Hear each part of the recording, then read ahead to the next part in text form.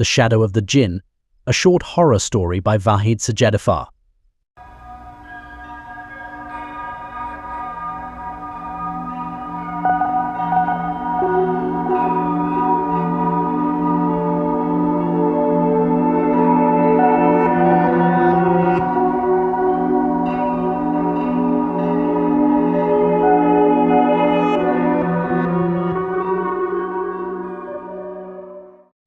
Timur was a middle-aged man living a quiet, solitary life.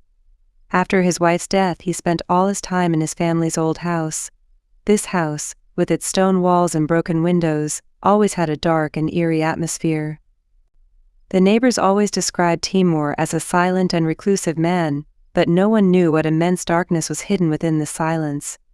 One cold winter night, Timur, weary of the loneliness and silence of the house, decided to visit the basement that had always been locked.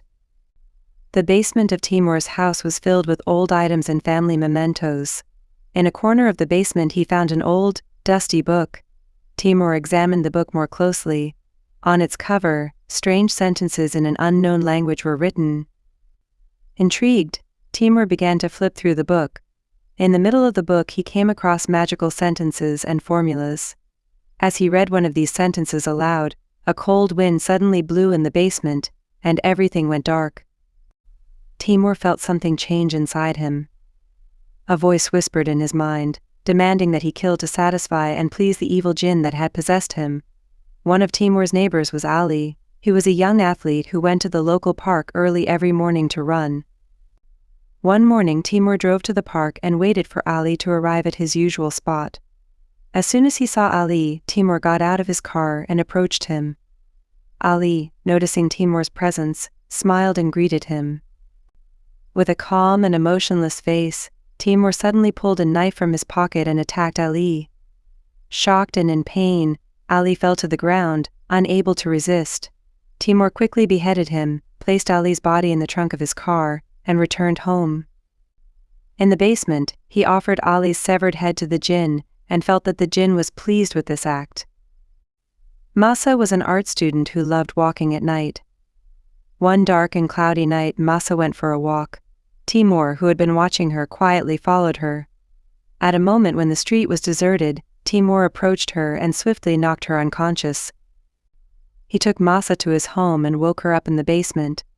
Trembling with fear, Masa tried to plead with Timur to let her go, but Timur, under the Djinn's control, showed no emotion and quickly beheaded her.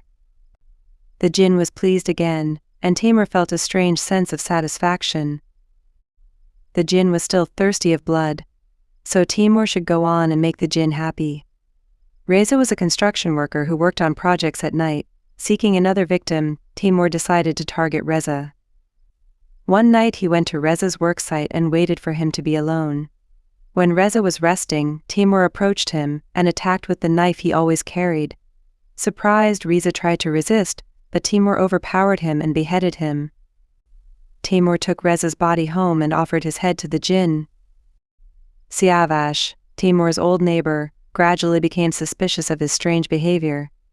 He noticed that Timur came home late at night and often carried heavy things to the basement.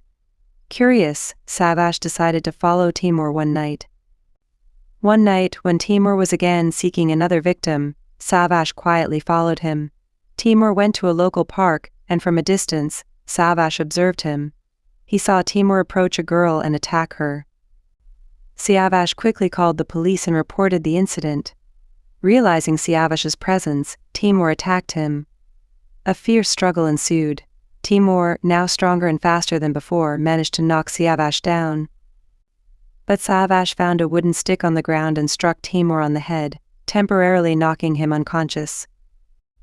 The police arrived in time and arrested Timur.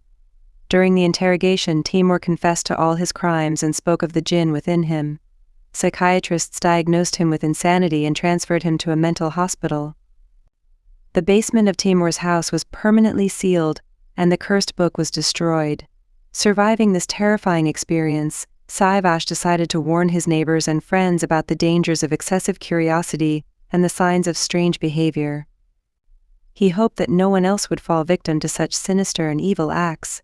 Despite the recurring nightmares of those dark and terrifying nights, Saavash was determined to share Timur's story with others, hoping to prevent such events from happening again.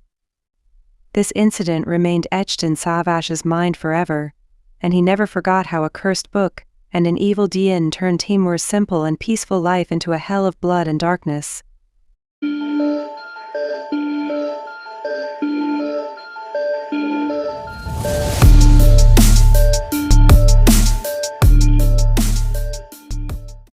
Thanks for watching.